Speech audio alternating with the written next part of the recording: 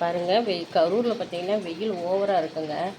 அதனால் பாருங்கள் ஃபேன் காற்று பற்றவே இல்லை சரிங்களா. அதனால் வந்து கூலர் தூக்கி உள்ளே வச்சுருந்தோம். சரி வேண்டாம் அப்படின்னு சொல்லிவிட்டு கூலிங்காக காற்றடிக்குதுன்னு சொல்லிவிட்டு இப்போ பார்த்திங்கன்னா ஒரு வாரமாக வந்து கோயம்புத்தூர்லேருந்து வந்ததுலேருந்தே ஒரே வெயில் சரிங்களா. அதனால் இங்கே பாருங்கள் கூலருக்கு தண்ணி ஊற்றிட்டு இருக்காரு பாருங்க.